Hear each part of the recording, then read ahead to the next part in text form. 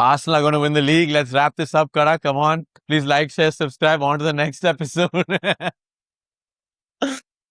Oh, man. Karak, I'm going to give you the mic. Lay into me. I deserve it. We deserve it. Say what you have to say. Shiv, you know this guy, Ferry Wap. He's a very good singer. 1738. Ah! Ta-da-na-na-na-na-na. Da-da-na-na-na-na-na. Mauled by the Tigers. Ti-di-di-di-di-di-di. Mauled by the Tigers. Ah. Shivi, how are you feeling? The first game week, a beautiful, sensational performance by the United boys.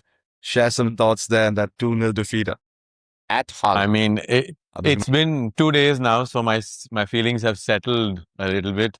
But absolutely heartbreaking first day of the season. Like I said in my post-match reaction, we came into the season with such positivity, but we were just at 70%, in that game. It felt like we were playing a preseason game and Hull was playing the Champions League final. They had 120% energy and we were at like 70%. Apart from, say, Senny Lomans, maybe Rashi had a decent stint. I don't think anybody had a good game in our team. So yeah, just a shambolic performance, but it is one game. I know it's easy in this generation for us to get carried away and, sort of say like sack off the season, but I'm going to try and be patient, try and be calm. Like I've worn the t-shirt. Sabr rakhna padega thoda sa, because it's going to be a long season. We've got a lot of games and in a way, it's a good wake-up call for these boys. Like you need to realize that when you're playing in the Premier League, every game you have to be at it from minute 1 to minute 90. And that was the difference. We just didn't show up. From our biggest players like a Bruno and Acuna and Mbeumo, they were all at 70%. Just like bad first touches, giving the ball away so cheaply. And just the entire game was so passive. I feel like if you gave us 60 minutes stoppage time also, we wouldn't have scored a goal in that game. That's how bad we were, to be honest. But what did you make of United? I completely agree with you. I think sabr is the word for every United fan out there, because I thought that was such a toothless performance, right? Bearing that one chance, that Mbeumo chance, I thought you guys didn't create anything apart from that chance. I thought when Bruno doesn't play well, this is the other question I have for you, because when Bruno's not at like 100%, he starts trying those Hollywood passes from my house to your house. And do you think you guys are superly over-reliant on Bruno? Because, that was such a terrible performance from Bruno. I don't think United fans will say it, but I thought he was horrendous. But do you guys think you're very, very over-reliant on Bruno to get the team to play a certain manner? I mean, it's hard to argue against that. Like, if you look at our history of our past few seasons, he's basically carried the team on our shoulders. We are expecting more from Tielemans and Santos, who also had horrible games. Cunha looked like he's been on the beers and, he's still in preseason, hasn't made it through. I think Mbeumo, like you said, was our biggest threat. He still looked decent. Although, if you remember the first goal, when Mazraoui passes him the ball, he's just on his heels and the Hull City player comes and intervenes and that leads to the first goal. So just like everybody was on their heels throughout the game. I think Rashi was decent. Dogu had an absolute stinker of a game. Sheshko, who came off the bench, has had 0 minutes in preseason. So I will, let him off a little bit. He basically was thrown into a situation where we were desperate. But like you were saying with Bruno hoofing the ball forward when we're desperate, I just think in that moment we needed a little bit more calmness, that desperation was shown and we was just like trying a bunch of random different things, which is what Bruno does. Of course, when it comes off, it's beautiful, but when it doesn't, it can look a little ugly. So like I said, again, it's one game. I think Carrick had a couple of losses last season also, but we were able to bounce back. We lost to Newcastle, we were able to bounce back. We lost to Leeds, we were able to bounce back. So I'm going to show the faith. Of course, we have one more week and luckily it is Ipswich at home. It's like a perfect game for us. But again, it becomes like a can't lose game, right? It's a can't lose situation.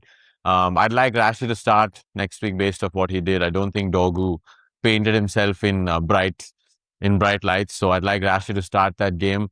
I also think Darlow, as much as we criticize Darlow, going forward, he's a much bigger threat than Mazraoui and he has a little bit more of a relationship, whether that's Mbeumo or Amadi has that sort of relationship. I thought Shaw and Rashi looked good for those 20 minutes when they were together. But yeah, lots needs to be fixed. And also, one basic thing, if you think about it largely, if you look at the game, Hull City scored from essentially two set pieces, but our defending on both those set pieces was disgusting. From Harry Maguire marking his own player, then even in the second goal, basically they were lining up. If one player missed the header, there was two more behind it. So, like, I think Carrick and Steve Holland need to really fix that set piece situation because that was just horrendous defending. Apart from that, they also didn't really do much. I would say they were just comfortable in the game, holding on to their 2-0 lead. They had a couple of counters here and there, but didn't really lead to much. So, yeah, just a really, really bad start. And the only way is up, hopefully. I think, well said, Shiv. I think, it's important that it's the first game week and got to keep calm. But I think the only issue is that this loss came against Hull City. And if it was any other team, then okay. But then Hull City at home, everyone started them to finish last on the table. So they will it's finish last, definitely a 100%. shocker. I'm telling you today, they will finish last. But yeah, I think it's important that the team is patient, the fans are patient. I hope that Baleba is coming in. What changes do you think he's going to bring to that beautiful lineup of yours? Because when I'm watching you guys play, I don't think Tielemans and Santos can play together with that lineup Carrick is putting. So you think Baleba coming in makes it a lot easier that he comes in directly into that lineup? I don't think he'll come. There's a small injury issue there also, apparently. So I don't know if he's 100% fit. I think Tielemans and Santos can play together. I'm just marking off as one really bad game that they've had where they were just not at the races.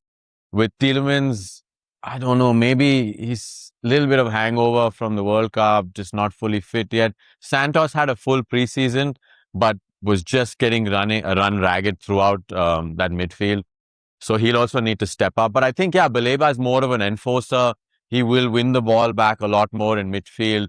Just be more tenacious. And whether he plays with Kobe Menu or he plays with Tielemans, I think that's a midfield that could work. Santos will need to be better if he wants to, be in the starting 11 consistently. But yeah, it's one game. We take it on the chin.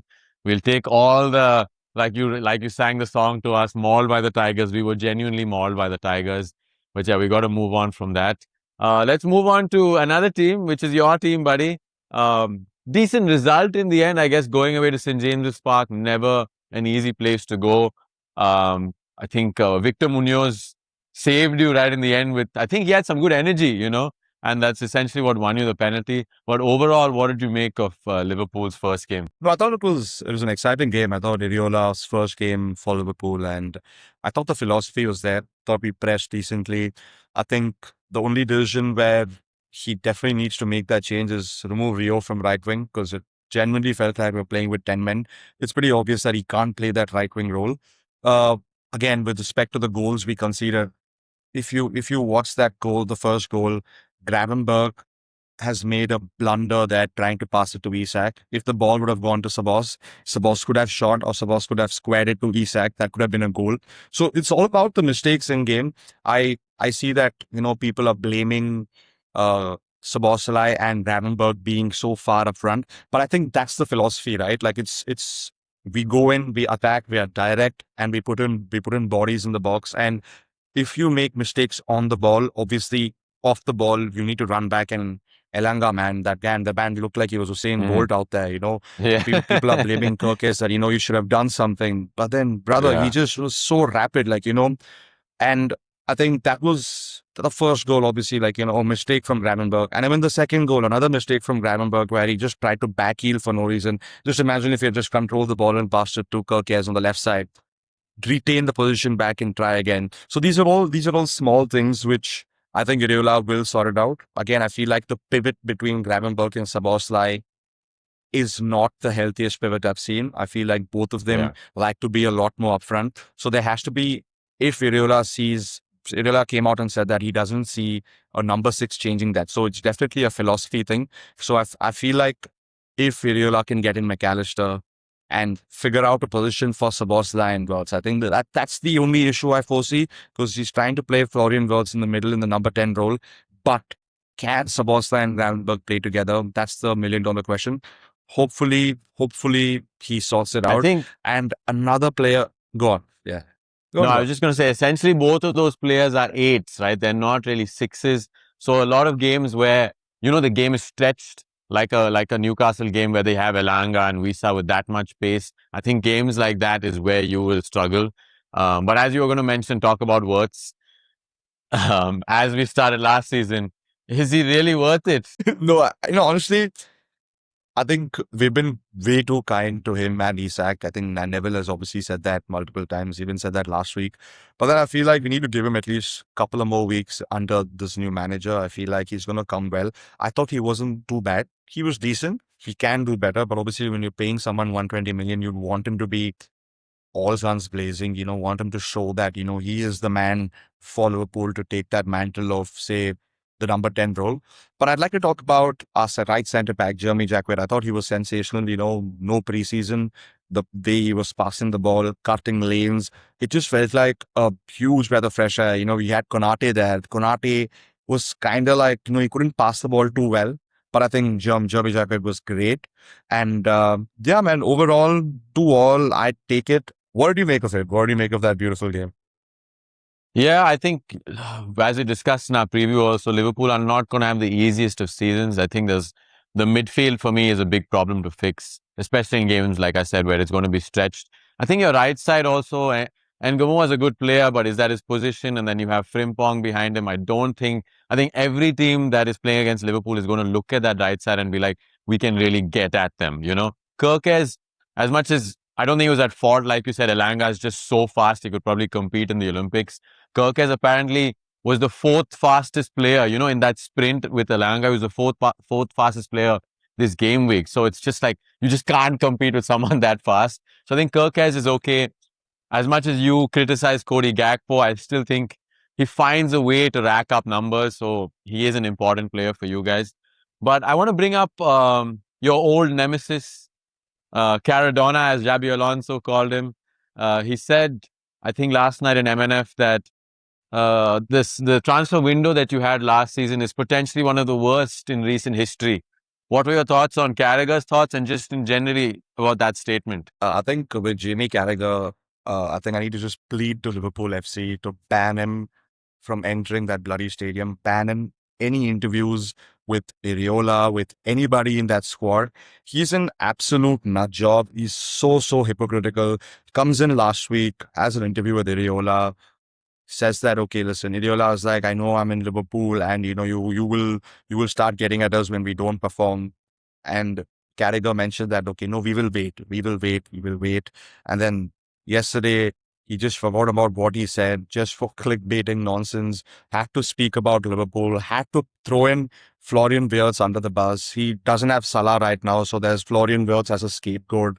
Dude, honestly, man, like, he's a Liverpool legend, but dude, like, I just don't have any words for him. Like, he talks about the transfer window we had in 2025, which was last season. Let's look at the players we bought. Isak, arguably one of the best players in the Premier League that season. Florian Wirtz, arguably the best players in Bundesliga that season. Hugo Ekitike, he's been on fire. He's been our best player last season. Then comes Leone, he hasn't played a single Premier League game. He got injured for 11 months. Mamadashvili, I would say Mamadashvili. Yeah, fair enough.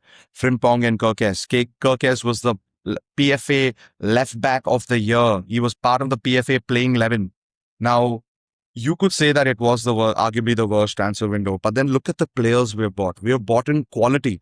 We have not bought in players who haven't been playing that well in the other leagues, right? Or haven't been playing well in the Premier League. So it's all about, like when Slot was there, it was very different. The tactics we played was very different. But now I think with Iriola, I think we need to give him some time. Like I said before, give him some time. If he loses 10 games in a row, I don't care. Give him that time and just screw Carragher, man. Like, I can't listen to his nonsense anymore. Very, very hypocritical. Very, very hypocritical. 2 weeks back, he comes out with an article about Florian Wirtz saying he has to be the main man for Liverpool. And now Florian Wirtz cannot play for Liverpool. Fans screw it, man. I can't talk to him. I can't talk about him. I mean, just to play devil's advocate in this situation, how long is the leash that you're going to give these players? I think his argument is coming from a place where none of these guys were up to par last season. You can say some of them had maybe average seasons. Like an Ekitike, of course, he was good, but like he got injured a bit too early for you to like make a full judgment on him.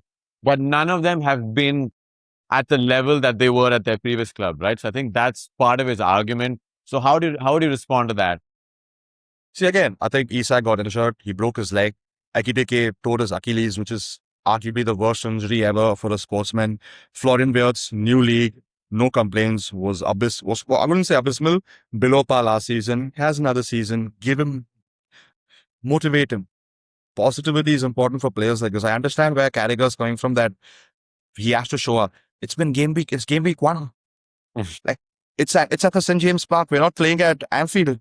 Wait. Yeah. Relax. Isak, well, didn't have a preseason last year. This year, for the first time in 365 days, he's completed 90 minutes of a Premier League game for Liverpool. That's an absurd start for someone we paid 125 million. So things are coming along. Like, you just have to wait. And with Carragher, man, I just don't understand why he only has to always just have a problem with Liverpool every time. Like, it's crazy. Look at Steven Gerrard. Gerrard, when he spoke about Salah, he was so diplomatic with respect to how he spoke. He said that, okay, Salah shouldn't have done that, but then Salah is one of the best right wingers in the history of the Premier League, and we have to give him his flowers when he's saying something. Likewise, when Carragher went all out supporting Slot, now Slot's not there. Who's his new target?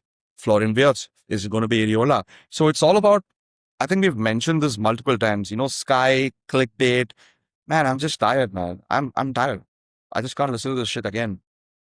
Yeah, fair enough. I think it just comes with the price tag, right? Like with Paul Pogba, the same thing happened when he first came in, and like no matter what he did, there was somebody or the other. Like Souness was, of course, the main one who used to target him, but they all target him. But it's just the price tag, and like I think Wirtz will have to come good fast, because this cycle of criticism is only going to get stronger and stronger if he doesn't, pull up his socks. But let's move on to the other disaster of the week. I don't know, Karak, you tell me, what was a bigger disaster? United losing to Hull or Tottenham getting spanked by Brentford? Honestly, and Brentford have a solid team, Shiv. Like, I watched them play and I was like, bro, listen, these guys have actually become much better than last season. Man, that Sangare in the middle. I cannot believe none of the top 6 teams have bought him. 40 million club record signing for Brentford. If any of the top 6 teams came in, they'd have paid him 70 million, because that's how it is, right? But I thought Brentford were great. Thiago, Scard, Kevin Lewis Potter, Sangare, and just Aya, all of them very, very good, well-oiled machine. And Spurs, man, what the hell was that lineup? You spent so much money and you put in that lineup. As soon as I saw that lineup, I was like, wait, where is your Matheus Fernandes? Why was he coming on at halftime? What the hell who's a Mickey Moore? Like, come on. You spent so much money and that's the lineup you put in for your first game. It was bad. And I thought they were abysmal overall. They couldn't string a couple of passes together. It felt like whatever they did in preseason was undone. Like, it was scary. It is scary. And it's strange because De Zerbi came out and said that, our team was not fully ready for the first game of the season. But brother, you are like spanking people in preseason, so I don't know what you're talking about. But like you said, that midfield, man, Sangare was just phenomenal.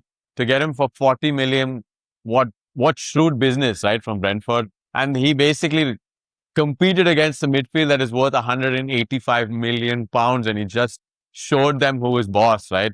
So yeah, Brentford again, I think a lot of people were questioning a little bit this year that will they be able to repeat what they did last season? But based on that performance, they are going to be a tough team to beat, especially at their home stadium.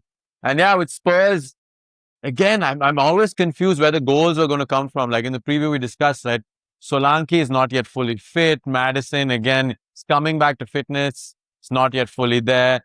Kudus coming back. Kulusevski, all these guys are not back to full form and full fitness, right? So I'm struggling to see where the goals come for them. Lots of issues to figure out for De Zerbi. But do you hold they will finish in the top 6 after seeing that? They have 45 games to play, Shiv. So again, it's you have essentially one game per week. So he has time to sort this out. And I think he did a great job last season at the end, where they got through the relegation battle. So we need to give him some time. But then if we're going to be spending money like 300, 400 million on players, brother showed up on the pitch. Otherwise, they're going to get whooped, because that was abysmal. Yeah, we'll see if Mamouche, I think, is pretty much done. If Savinho also gets through the door, then Maybe that'll solve some of their goal scoring issues. But the other team that will potentially have 45 games this season, ooh boy, it's getting cold in Chelsea, isn't it? What a performance. I think Cole Palmer's back, would you say? Brother, that was elite. Cole Palmer back after I think what 18 months. It just felt like he was whatever he touched like just turned into gold. He was sensational. That front three shift, João Pedro, Morgan Rogers, and Cole Palmer. Yeah. I think they're gonna run riot this season just because of the way they play. João Pedro, form of his life. Don't know how he didn't go make that Brazil squad. Morgan Rogers, another Cole Palmer best friend. He also scored. Cole Palmer scored. João Pedro scored. And they look good. Up front, they look good. But I want to talk about what's happening at the back there because Mr. Sanchez, brother, they are spending money on Aero, Giro, Neto, Giro. But listen, there's a guy called Sanchez at the back. What the hell? The ball was literally right beside him. You're telling me you can't save that? It was shocking. It was absolutely shocking that Chelsea still haven't fixed their goalkeeping crisis. Yeah, I mean, that should have been number one priority. Right? Absolutely. Like, you would have saved that Shiv. Like, I'm not saying me, because if I say that, people will be like, you only can save that pizza. I'm saying you could have saved that. But do you have concerns with the defense overall? Of course, Sanchez, like you brought up, I mean, he should definitely be saving that. But there were other moments also with Sanchez, just the way he generally is as a goalkeeper. I think early on in the game, where the ball was passed back to him and he lets it run. He's looking for a pass and then he kicks the ground and the ball has gone out. I'm like, it just looks very like, I don't know if it's nervousness, just uncomfortable on the ball. Even sometimes the way he saves the ball, it just looks very unconventional as a goalkeeper, right? No, absolutely. I also think that it's a problem with Chelsea, right? Because I feel like he already knows that, there's no competition because you have Jorgensen, who also is not that great. So he's like, hey, listen, they're going to come back to me anyway. So it just feels like, that laziness of sorts with Sanchez. And one thing about Sanchez I liked is that, he's very, very good when it comes to grabbing the ball, when it comes to punching the ball. So he's very, very good at that. But just his shot saving skills sometimes just goes out of the box, man. Like, he's not able to save all the regulation saves. And even the second goal, for example, like, he just parries it right in the front to Goncalo. Like, come on, man. Like, it was a good shot. Parry outside. Don't never parry to the center, right? Like, that's rule number one when you keep it. So that was a major concern. But also with Chelsea, Lavia and Reece James play in centre mid for the first time. I thought they were decent. I thought they were throwing the ball to the front three. And Cole Palmer was majestic, man. Like, his first touch, the movement, the body feint to get that first touch and go attack the space. Bro, sensational, man. I thought Chelsea looked great up front. And he just looked happy, right? Like, I think the best version of Cole Palmer is when he's smiling and he's got that little banter in his press conferences. I think even in the post-match, you're like, are you guys ready? And he's like, didn't you see us? So he's got that little bit of aura about him. But someone who's struggling to find aura at Chelsea, we should talk about, I think, is Enzo Fernandez. Again, came on, got booed. What did you make of that? Is he going to leave? Bro, I genuinely thought Chelsea fans were booing him. And then next, he got the ball again. Fulham fans also started booing him. And I'm like, what the hell is going on here? But again, I think it genuinely feels like he's going to leave. But if he leaves, I think Chelsea are very light in the middle. So they need to because Reece James can get injured any day, bro. Bro, both Reece James and Lavia, they both have ice cold hamstrings. Like one bloody sun wave there, boom, game over. So I think with Enzo, will they let him go is the question, because if you're going to get paid 130 million or 120 million, you have to buy someone. And what Enzo gave them last season was goals. Whatever said and done, goals and assists from the middle, kind of like Lampardesque, but not Lampardesque, but kind of like with the output he was giving them. So I think it all depends on who Chelsea buy. Because, looking at their track record, I don't think they'll be able to spend another 130 million because he just spent 120 million on Rodgers. So, exactly. So I don't know. Generally, we'll see. I think they can eventually get him back on side if he stays like an important goal or something. If he scores, he might be able to get the fans back on side. But I think overall, Chelsea is going to be a very fun team to watch. I also think Fulham showed up. I think they were pretty decent in that game. They went forward well. They had some chances. Of course, they were lucky with the first goal, but I think they will. I think some people had them as relegation contenders. I don't think that'll be the case. They will probably be in that mid-table madness, wherever that is, maybe somewhere between, I don't know, 8th and 14th or somewhere. But they are a decent side. But should we go to, I think, the obvious champions, Arsenal? Is anyone going to stop them? And they look like the only team where you can be like, wow, they've just picked up where they left off, right? And that's a testament to how good Arteta has been. But they look even more scarier than last season. I think I feel like, there's a lot of expression with respect to their attacking. I love Zolas. I think he's a Uh-huh. great addition to that team. Direct, always looking for the pass, no dribbling nonsense, pass, move, shoot, move. So it's just great that, they have options for every position, right? Now they've got Konsa, so they have every position has two options. So, and scary times, man. It just feels like they're gonna run. They're gonna run us ragged in the next 3 months. It looks hard. What do you make of them? Yeah, I mean, I just thought just so comfortable, and they're playing with that energy, that confidence, that aura around them. Of course, it is just Coventry, but it's a great start to the season. And everyone, I think Odegaard, we've been critical of Odegaard in the last couple of years, just like not being creative enough, just playing the easy passive pass. But I thought he was sensational in that game. So yeah, if they all hit form, I don't think anybody is going to stop them. To be honest, the one team that we thought could stop them, even they looked pretty average, which is Man City. I know you watched that game, but could they challenge? Again, it depends on Maresca because Maresca he played Nico O'Reilly at number 10. He played Gay at number 6. He played Gay in the center mid. He played Kusanov right. I played what? Rico Lewis right back. But again, man, he has that clutch guy sitting on the bench, man. Cherky, what a player. What a player. Came on, 4 chances created, 3, 4 key passes, 2 assists. Brother, you're looking at a magician out there in the box. Imagine if Turkey plays at least 70 minutes from the start and sky's the limit. But when you look at that game, I thought Haaland should have finished a couple of chances. I thought Haaland missed a couple of sitters. So overall, obviously, a work in progress for City, but generally they look like the only team which can challenge Arsenal. Yeah, I agree. Like you said, if Haaland scores a couple of those goals earlier, I don't think he's scoring many goals with that haircut of his, but if he scores those goals early on, I think that game would have been slightly different. But I think Bournemouth also showed up. They were decent again on the counter, typical Bournemouth style football, right? Just that one big long vertical pass to Ryan or to like a Tavernier, and they're through. So they will be a dangerous team again, Bournemouth to contend with. But yeah, City. The difference between City and say United and Liverpool and all, like you guys actually got something out of the game, whereas we didn't. Anyway, hopefully I don't want to go back to the depression of Manchester United. But yeah, again, City will, again, they'll be in around that second, third spot, I feel, but Arsenal are just going to be comfortable winners. And should we go to the last team that is going to potentially, at least that we thought will contend for the top 6? And he had a very interesting post-match interview also, which is, good evening, Mr. Unai Emery. I think he is really going to struggle this season after watching that performance against Brighton. What did you make of them? Silence.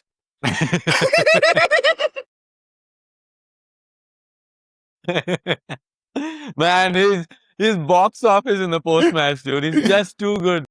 Bro, when he said silence, I lost it. I was like, brother, what the hell is wrong with you? But again, I think they got absolutely spanked by Brighton. I thought Brighton looked great. But again, that team, man, Shiv, I don't recognize anybody from that team. They've been like, it's sad, but then we say things like this about a Brighton, about a Brentford. But did you ever think that you'll say things like this about a Villa team which has won the Europa League, which is in Yeah, the Champions League? No Tielemans, no Rogers, Watkins might be gone. That's that yeah. three. That's like their core, The right? spine and Konsa. And Konsa. And if you look at what that defense was doing against Brighton, Konsa looked like he played a big part in keeping the troops rallied, right? Because he was right in the middle there. And they looked abysmal, Shiv. Like defensively terrible, trying to play out from the back, doing some absolute nonsense. Just shambolic defending overall. But again, luckily it's game week 1 for Unai Emery, so he has time to figure this out. But man, If if that's how they're gonna play, long season ahead. Yeah. I mean, he is a good manager. I'm sure he'll figure things out. Again, will they be able to cope with Champions League football and still compete for that top four is a question. But right now, I think, like you said, replacing the spine of that team is never easy. And they've lost literally right down the middle.